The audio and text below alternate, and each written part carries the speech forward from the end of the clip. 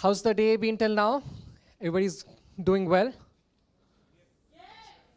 Yeah, that's the energy. I think everybody else has been like eating lunch and enjoying afterwards. Huh? Too much rice. Ah, okay. All right, so I hope some of the conversations now would be interesting and intriguing. Before we jump into this conversation, I wanted to get like a show of hands to understand who all are in the room here today, right? So how many of you work in like an enterprise, in like a company and work on data visualization? A show of hands? All right, a handful. How many of you here are data journalists? You're focusing more on the newsroom. I can see a few in the back, a few in the front. All right. How many of you are working in startups or smaller orgs, maybe on the data science side? Checking if, oh, there's like a handful only. All right. Who are the rest? Like if in case you didn't raise a hand in any of these, what do you do? Do you want to shout out? I'll try and catch. Designers. Somebody said beginner, which is a nice way to think about beginner in all of them, yes. I heard teachers, student, ex-teachers. Oh, educator. I was like, when did you become ex-teacher? Okay. All right. Yeah, okay. So that's a good set. So I thought VizChitra like conference is the best opportunity for us to bring such a unique set of people together. And so we try to make a panel which also follows something similar. We have someone who's been doing data visualization and UX from a design perspective for about nearly a decade. We have someone who's been coming from data analytics, data science side, now venturing into his own business and trying to build a product. And then we also have someone who's been teaching data visualization for more than a decade, also has a book on data visualization. And I thought these are the best three people to ask, where did we come from, where are we today, and where are we going? So with that perspective, I'm going to kick it off.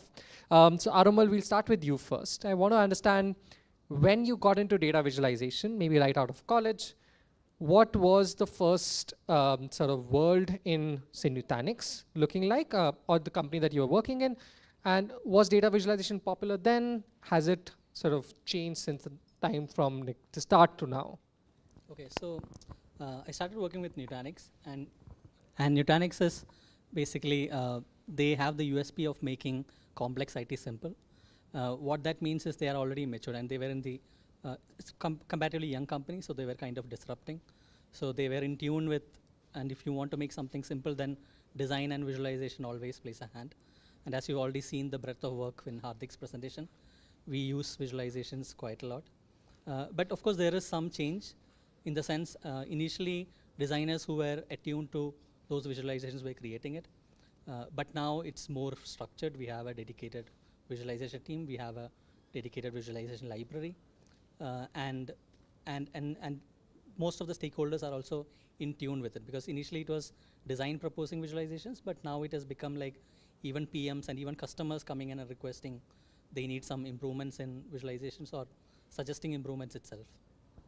Got it. Thank you. So I think there's been a shift that we have noticed, at least over the last decade, where there was a world where designers are obsessed with making some interesting viz to now people asking for, hey, we need a better visual representation. I think we saw some of that in Eli Lilly's talk as well. So it's been nice to see more and more examples come in like that. Karthik, I'll jump into you. And maybe we first talk a bit about how are things in terms of data visualization in your early days of data analytics? And then talk a bit about, has it changed? How has it changed? Okay, so I probably started doing what can broadly be classified as analytics, I think about 20 years ago. So it's a little dated. Back then we had Excel with 32,000 rows, and you need to do what you can. I don't remember doing much Viz back then, but it was more when I started using tools like SAS and R that I started really making the plots and things like that. But if I were to think of the, I think the data viz goes in cycles. So I mean, this is something that Anand and I have spoken about at length in one of our podcasts and stuff, that it is used to, Excel started with bad default charts. Then you can make some effort and make good looking charts. Now actually, over a period of time, if you started looking at the default charts in Excel, they started actually looking good. You can make good looking charts in Excel. You can make very good looking charts in Excel. Then came the whole BI revolution and Tableau and so on. Tableau is supposed to follow the grammar of graphics and things like that. But I personally find their charts, at least the defaults, extremely ugly. If you look at, by the way, in my company, one of our first hires was a designer, because we were like, the one thing we want to make sure is that we don't present ugly charts. So that's something we are, probably why I'm here. But like, so you had Tableau, extremely ugly, Power BI, or even worse, ThoughtPot, even worse, and things like that. And then I don't know if people have made an effort to make them better and things like that, because I haven't seen good-looking Tableau charts. But still, over a period of time, I think the designers got into the game, tough became cool. And so everybody started talking about ink ratio, and then like everybody wanted to make these cool visualizations and stuff. Now I think we have gone a little step backward, because we make most of our charts using ChatGPT, which uses boilerplate matplotlib code, and that is ugly. Matplotlib is extremely ugly, especially the defaults. I mean, when I see that orange and blue, I'm like, looks like a, oh no, that's Cbon. But yeah, those are extremely ugly libraries. And so we are sort of regressing. And I feel like, I mean, great, we have conferences like this, but I think overall in the, I probably am old enough to say that I'm starting to get a little disillusioned. And we see more and more ugly charts making their way around. And newspapers don't talk about it at all. I'll probably talk later. So. Newspapers like meet him separately for like specific feedback. Maybe call Karthik to help you improve. Yeah, I know like Karthik has been writing for Hindu, Live Men, sorry, for a really long time. So yeah, not just an armchair critique, but somebody who's been trying to change things as well. Kavitha, should we get into like some more conversations about how were things when you started? Early career. And I know you started teaching data visualization, where I think most of the people in this room had not heard of the term data visualization. And you teach data visualization in a business school. So I'm also very intrigued about who is there in business school who's interested in making charts or learning about charts. Has that changed over the last like 14, 15 years that you've been doing this? Right. It has changed immensely in the sense, am I catching the mic? Yeah, yes? Closer would be nice. Okay, so in the beginning, of course, it's not just our students. Our PGP students definitely find it a very helpful course, because they are in the business of presenting data, communicating stories, making decisions. So in the consulting field, in the financial field, general management, all of us, right? Everybody wants to use data visualization. But what I found more interesting now is what I can call the democratization of data visualization. So it's not just an analyst. It's not just somebody whose bread and butter is data. So for the last 3 or 4 years, I've been teaching data visualization in a program for IPS officers. So the first time I was asked to teach in that program, I was like, why have they even invited me? What am I going to teach police officers about data visualization? But they deal with a lot of data, crime records, databases that they have to actually work with on an everyday basis, and they found it extremely helpful, which is why it's become a regular in their program as well. I also did a course in Chennai for IAS officers. This is just to say that there's a large range, Navy officers. So the list goes on and on, people you wouldn't have thought of at all, and they are dealing with their own data, and they want to visualize their own data. So they're not handing it off to somebody else, which is why I feel today it's not just somebody, it's not just designers, it's just not just analysts, it's almost everybody. You pick up anybody, and I have to say Mint does a great job of their visuals. Yes. So, and so my book is on misleading visuals. So you can guess, I'm looking at a visual, I'm like, is that right? Is that wrong? How am I going to critique that? And Mint passes every time.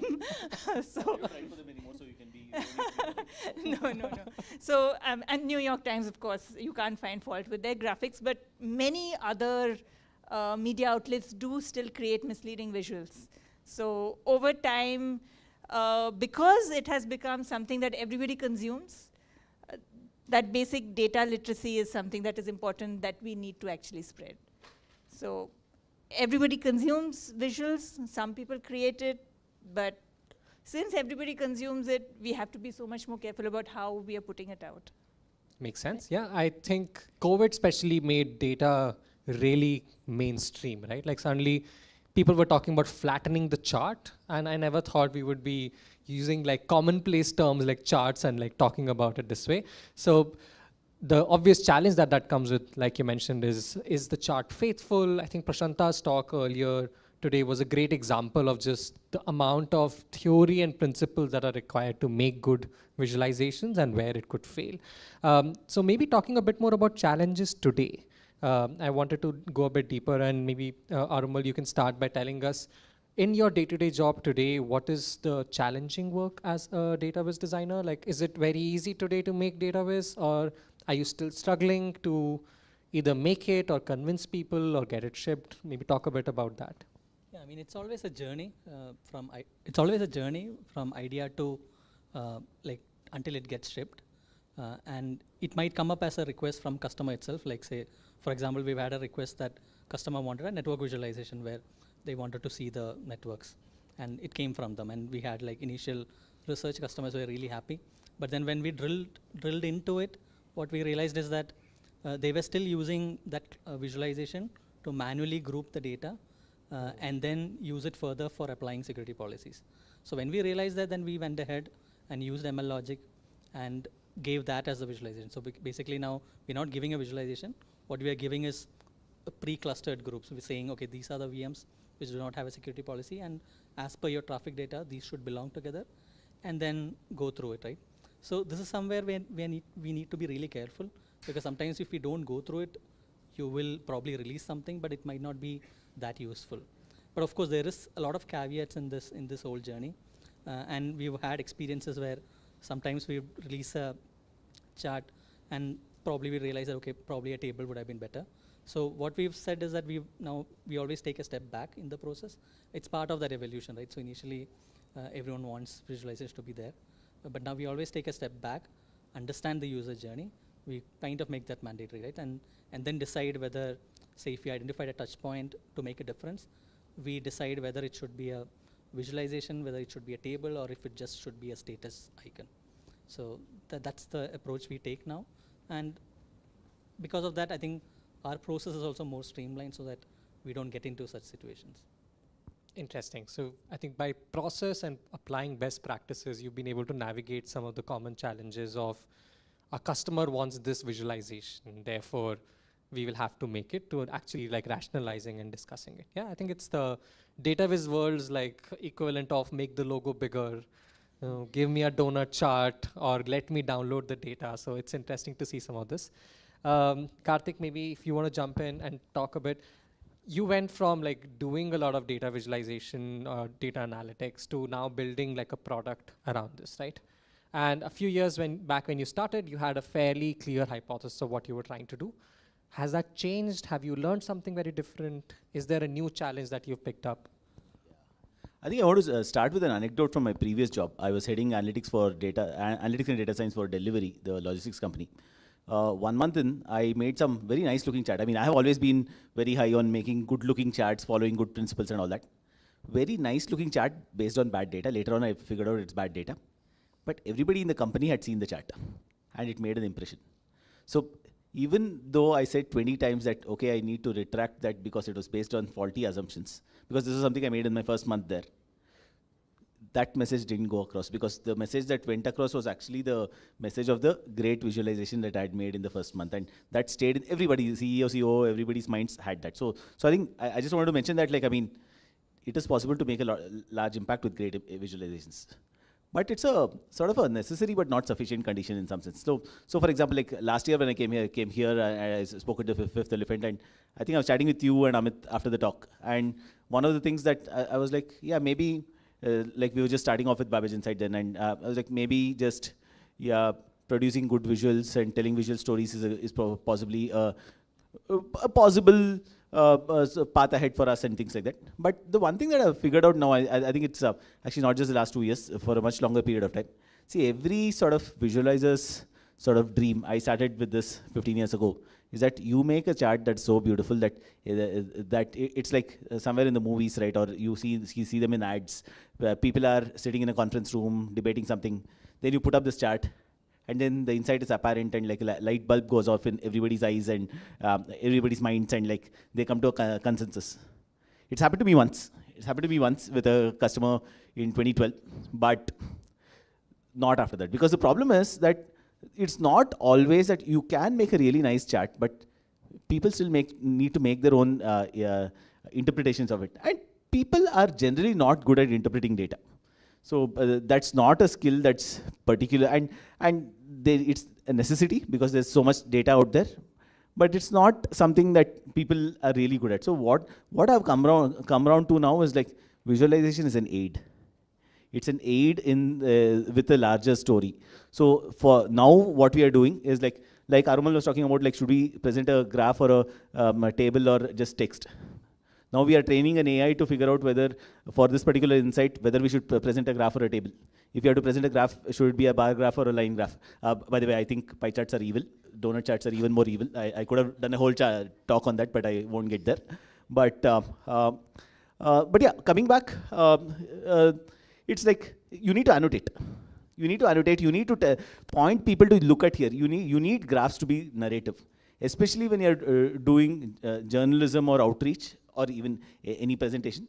You need to show people what is the message that you want to convey, and you as the designer have the power to control that message, and you better use it. So I think that's what I've come around to in about 15 years of working in and around dataviz. Makes sense, yeah. I think this idea that a chart speaks for itself fails dramatically in many such instances, right? So When it works, it's spectacular. yeah, when it does speak, it speaks really eloquently. But Yeah, most cases when it doesn't it's really. like, Yeah, it's, yeah. You end up not making your message. So Makes sense, yeah. Kavitha, question for you.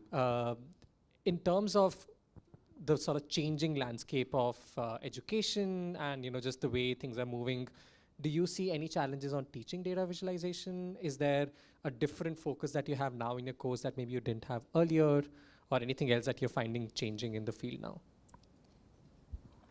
So a lot of what I teach hasn't changed, precisely because a lot of it is tool agnostic. So we start out with human perception, how we make sense of data, and that hasn't changed, right? So you're exactly what we just talked about. So you take a particular chart, and then you have to figure out who the audience is, you have to figure out what the context is, you have to figure out what pre-attentive attributes you're going to use to get your information to stand out. So all of that is something I have been teaching over the years, and those haven't really changed. Now what has changed, so these like BI tools, so your tools have changed. Tableau has come in instead of Excel, but if your fundamentals are right, it doesn't matter what tool you're using. So it's always garbage in, garbage out. You can get horrendous charts with Excel and Tableau. You can get very effective charts which are really speaking out to the audience with these tools, provided you've laid the foundation for how you're going to actually get your data to speak for itself. So that part hasn't changed. Of course, as tools come and go, there's always this demand from the participants saying, I want to learn Power BI, I want to learn Tableau. And I tell them, you have to have patience. We have to go through these at least 12 or 14 hours of understanding how you're going to work with the tool. And then, of course, we'll do lab sessions on the tool so you can leverage all of that information. So that part shifts. So Tableau is going to change over the years. Every version is going to change. Excel is going to change. Power BI is going to change. But the fundamentals remain the same. Makes sense, yeah. Till humans are looking at the charts, I think all the human bit stays as well. Cool. I know we are running a bit closer to the end of the panel, and I thought I'll do a quick rapid fire sort of question and then open it up for more people who want to ask questions, maybe on the live stream or in the room here. So next few years, things are probably going to change a lot. What does the future look like? And maybe specifically, is there a specific skill that you would want? So for you, Aromal, like new designers who are getting into this field, early career, what should they focus specifically on? Any one area that you think definitely needs attention?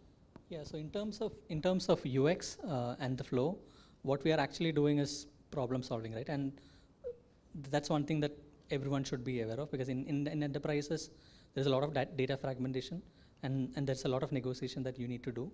So because designing ideal experience is always easy, because you can always say that it's a one-click experience, maybe it should just work, but that hardly happens. So usually we have disparate data systems, and it's a struggle to even provide the insight, right? So which I feel in future already tools are coming up which basically help us in generating those insights much more. So that way I think we'll be able to tell better stories and better better insights. And for that, at least, anyone who's trying to get into UX should first be okay with problem solving. Like they should be able to like solve these problems. And the other thing would be to negotiate, like try to understand what are the non-negotiables in your workflow, and then try to arrive at a solution where you have like the best of both worlds. Got it. Karthik, something from your perspective? I think what Kavitha said, which is that you need to know the fundamentals. I think a lot of education ends up being on teaching the tools, and that's the wrong way to go about it because the tools keep changing. So you just need to know the fundamentals. You need to know how to communicate, how people perceive, and yeah, like I don't know if that can be taught through books and so on, but it just comes through, a lot of it comes through experience. But yeah, just focus on the basics, and that will remain the same. Nothing's going to change. And yeah, just keep learning the tools, but yeah, focus on the basics. No comments on AI? Sorry? AI? AI? I mean, I thought you're in the world or like the business of using AI to do stuff. Yes. Did you have any perspective on that as well? I mean, AI is a tool. When I said that you need to learn the new tools, I mean, AI is still a tool. So yeah, I mean, the only one thing I'll say is that like somebody mentioned, I forget who, that it's ultimately humans who look at the charts. Now that is a assumption you might need to change. Yes. So and so if it is an AI communicating with an AI, do you need a chart at all? That's the other thing you need to think about. So. Exactly. Yeah. All our principles of human perception and stuff will go away because agents are talking to agents, and one person is making the chart. One agent is making the chart. Another agent is interpreting the chart. No, in that case, you don't need charts. Then you don't need charts, right? Exactly. Then you just like pass on. Right. Yeah, that's a completely different way of processing information then. operates at a different layer. All right. I think we'll have to see how long can VizChitra run as a conference till like AI takes over just the value of charting. Okay. Hopefully humans still survive and we continue to look at that. But like apart from basics, fundamentals, any other skill that you think people should hold on to? This is probably something worth investing as times are changing. I mean, more than the actual tools, I think I've learned a lot from the design space. So for all the designers out here, because I'm a trained computer scientist, I started out from a very technical background, writing simulations, code, all of that, right? So when I approached data visualization, I came from that angle. Let's write code for something. But what really opened my eyes was the design space. So you can't write code without understanding who you're interacting with. So the affordances that are being provided, what are your color choices, how are you using space, how are you using the form, all of that completely changes your chart. So we can't have one without the other, and they have to mesh together. And the field of communication. So you can't ignore that as well, because you are not creating something in ether. As we said, we are not creating something that the machine is going to interpret. We are creating something for a specific audience. Certain audiences would prefer a table. You can't force a chart on them. They've spent their life looking at numbers. A chart is going to completely put them off. Numbers make sense to them, right? So you can't force that. And certain audiences will look at a box plot and say, this is exactly how I want to see it. And certain audiences will get the complete opposite meaning in a box plot because it's not an intuitive visualization. So you have to spend a lot of time understanding your audience. I would say 40–50% of your groundwork when you're using a visual for somebody is understanding the audience, understanding what is going to work for them, channeling that into what you create, which is why I feel unless you are able to feed all of that context to the AI, if it's going to spit out something, it's not going to take care of your particular context. AI is not great at the edge cases. It's great if for something. So we had a very interesting discussion in the Birds of the Feather where somebody pointed out, if you tell AI to generate a clock for you, it's always at 10:10. You will not get an image for 1:15. If you say generate a clock with 1:15, it's not going to do that. What does that say about data visualization and what AI can do right now? Right? Something One last point. Yeah, I know the bell rang, but speaking of AI, we are trying to use AI to generate charts to figure out what is the best visualization. The problem is that very good training data doesn't exist for this.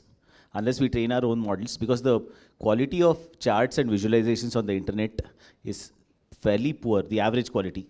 And so the AI has learnt all the bad practices and things like the LLM. So, which is why I think at some point of time we are going to train our own LLM to do this. But yeah, that's another, like it's the 10-10 of DataViz. So. All right, yeah.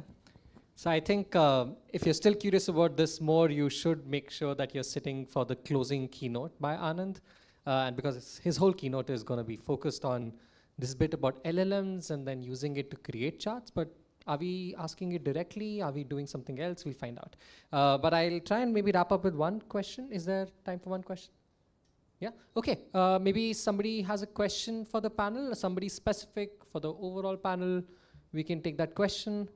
If there's somebody on the live stream and wants to drop it on WhatsApp, I can probably keep an eye there as well. There's a question there.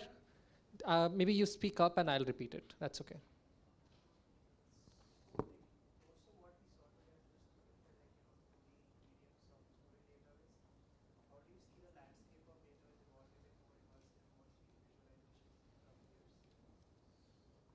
So 3D visualizations and immersive, yeah.